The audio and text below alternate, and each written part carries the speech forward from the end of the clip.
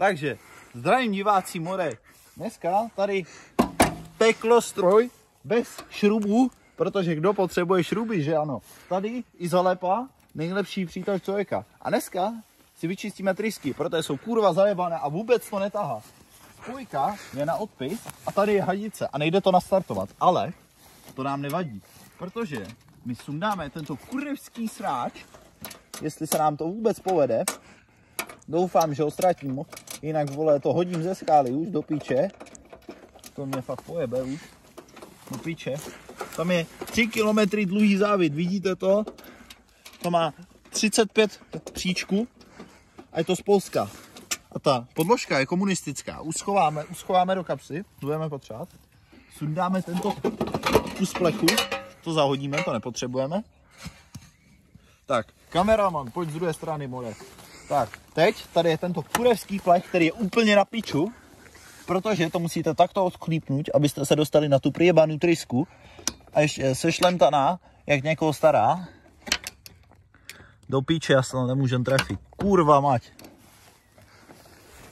Teď to nebude moc dát, to vystříje všechno. To nám nahlásí. Tak, teď zahodíme tento sráč. V lese je, chlapci, more, se to spravuje nejlíp, protože tady na vás nečumí žádný skurvisinský dětci, který by vám vole chtěli pomoct. Ty vám to akorát skurví. Je to kurva teplé, do píče, já se popálil, kunda. Tady vidíte 68 polskou trysku, která je úplně zajebaná a vůbec to netahá. Motor nemá žádný tah. Zde zrcátko, které je úplně k hovnu. Tady relí ten. Do prdele, helma v prdeli. No, koupíme novou. Toto video určitě bude mít úspěch. Do piče. Tady drát na čištění trysek, speciálně doma u kraděrovi. Škytávku, omluvte. Tak tady taková kurva do piče díra. Tam to more prostrčíš, vidíš, ty tam jsou hovna nějaký, on to nezaostří, protože nemáme iPhone, to nevadí. Tak a ty takhle to a uděláš. A tryska, chlapci, je vyčištěná. Tady, zde můžete vidět, jak je to sešlemtaný úplně na sračku, čili nějaký motokuchař přede mnou to chtěl opravit, ale já jsem, vole, motovaříč, vole.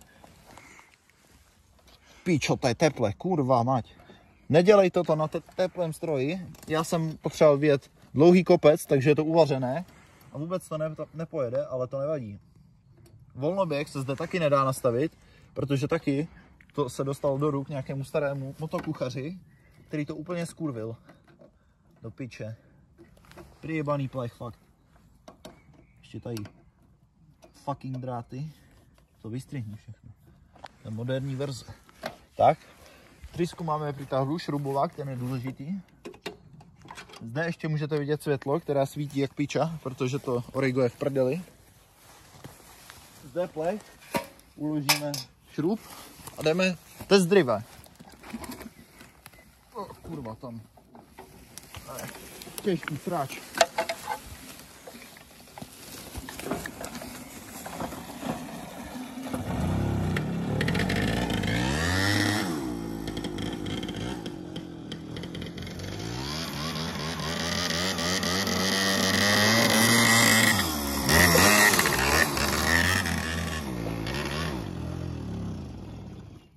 Chlapci, benzín, kurva mať. Musíme nacupovat. Zde chybí šrub na cupovátku, ukážeme později. A jsou v něm pampelišky, ale to nevadí. Pokus číslo 2, chlapci, more.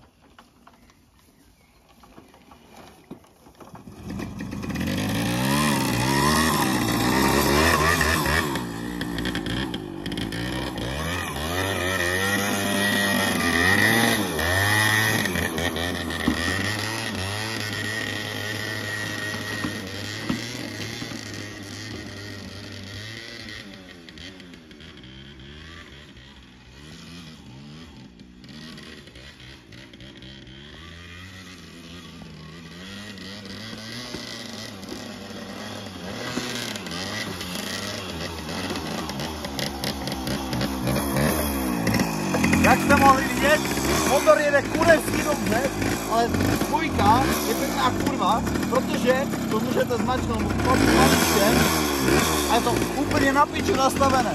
Je to sjeté na sračku. A volnoběh, pánové, funguje asi tak, že vlastně nefunguje. Takže zde kamera má, tady tráva do píče, zarostlé to je. Zde chybí šroub, ale ten není potřeba, protože šrouby jsou pro slabé a ty pampelišky zde, to je těsnění navíc, víte? Tak. A toto je tutoriál, jak si vyčistit skurvené trysky na Java, Pioneer, Ponoír a tak dále. Užívejte chlapci a mějte se. Čau.